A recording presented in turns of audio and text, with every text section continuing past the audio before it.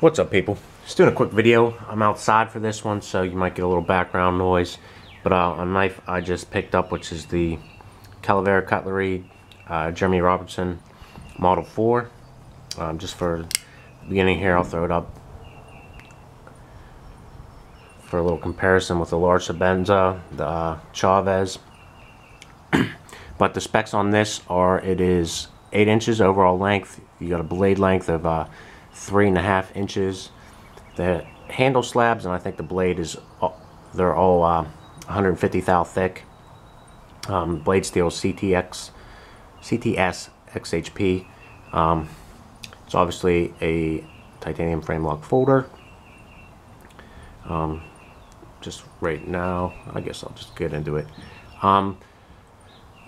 This knife to me is like your perfect overbuilt beefy EDC knife. It isn't so overbuilt where it's cumbersome or overly bulky. You still got a blade that's pretty thin ground. It'll give you a decent slicing capability and actually perform as a knife should. I like CTX XHP for blade steel, and if you can see there, it is marked on the blade tang there, or close to the blade tang. There is his logo. Simple. I guess like the first 34 or 35 of these are going to be hand ground. The rest are going to be machine ground. This is number 22. I love this knife. Once I got it in hand, I actually did this a trade for my Lishowitz with some cash, and although the Lishowitz and Toshi was, I think, a far more, for lack of a better term, sexy knife, this is definitely more my style. It's super comfortable in the hand. The thickness of this knife just makes, the handle width I should say, just makes it feel so perfect in my hand for me. I mean, honestly, the ergos are outstanding. It's just super comfortable, and it fills out the hand perfectly where, I mean, it just locks it in there. It's just the right size to do that. As even though like the Sabenza is comfortable in hand, it's pretty thin. It does not feel as secure in my hand as the Model 4 does. They're obviously, it's wider, it's thicker as well, both in blade and handle sizes. But excuse me, the width there is really what does it. I mean, it just makes it fill out the hand very well. The jimping on this knife is pretty much useless for me. It's not that grippy, but to be honest, when I grip up on it, I'm really not, if I'm gonna stick my finger up there, this is where I normally hold it, and it's not even really contacting the jimping, but the jimping isn't really that great. That's one of the flaws with this knife. The other one is just the plunge line. That bothers me. I'll probably end up doing, if the deal goes through, a little sharpening notch in there. I'll either send it to Jeremy Robinson if he'll do it, or if not, I'll just do it myself. Just because I use the wicked edge, and what'll end up happening, you either get that hunk of excess metal back there, and if you use a sharpening system like the wicked edge, when the stone contacts that, you'll get like a little recurve down in here because the stone is canting. So beyond that, I love everything about this knife. It's pretty smooth. It's not super smooth, but I'm not sure that this is totally broken in yet. I prefer to open it up just with the finger flick there, but it's just the right size for an EDC knife, to be honest, and it is overbuilt, but not, like I said, it's not overly overbuilt, if that makes any sense. Something like this, where I love this knife, and I'm not taking away from, I think this is an awesome knife, I dig it, but is this really a practical EDC knife?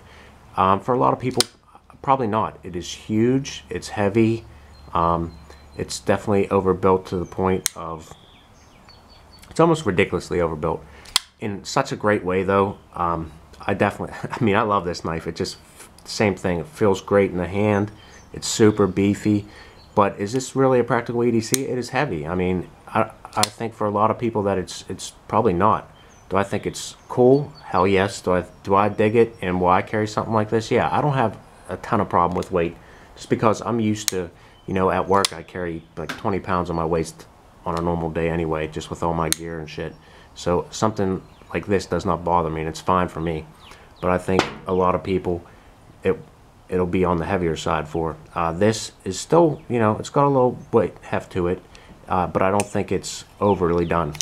Like I said, it's plain simple construction. You know, you got your stonewash tie, stonewash blade, which is great user finish. I love the pivot and the big hardware he uses. Both of them are, they're not Torx, they're Allen key, I think, yeah. But lockup on there, it's nice solid. There's no play in this thing. It's just a nice little tank.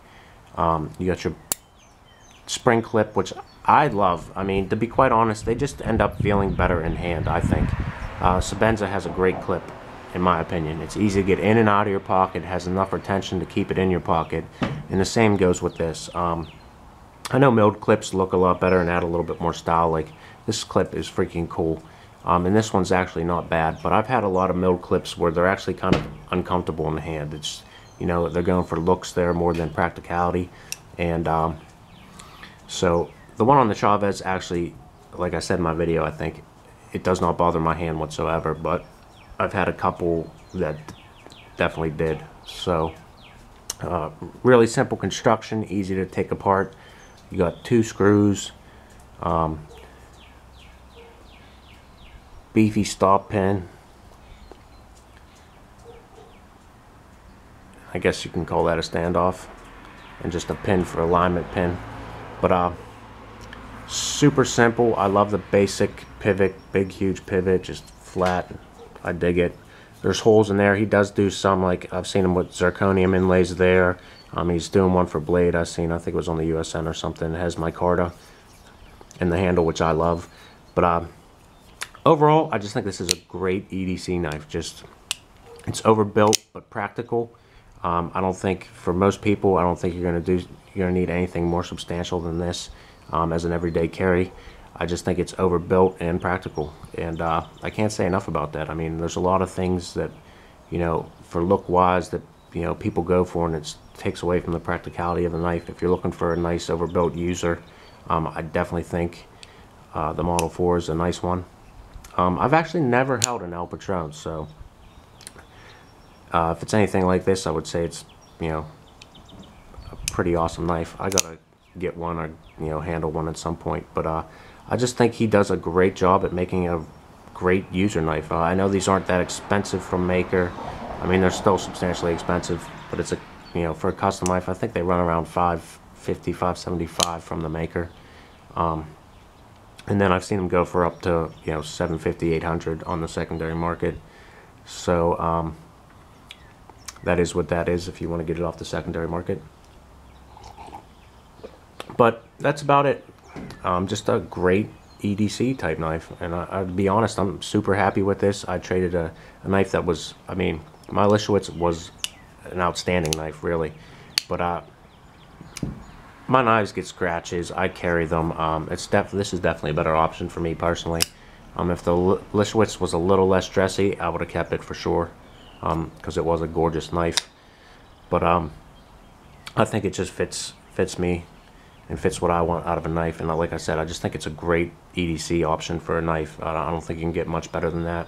Like I said, there's a few little things like the jimping and where the plunge line is, but that's nothing that's crazy. I ain't worried about the jimping because, like I said, it's so great ergonomically, and where I put it, it's secure, it's not coming out of my hand, and that I will remedy one way or another. So, but besides that, it is pretty smooth, actually. I don't know how long the original owner had this, if it's completely broken in or not, but we shall see. But that's it, people. I'm out.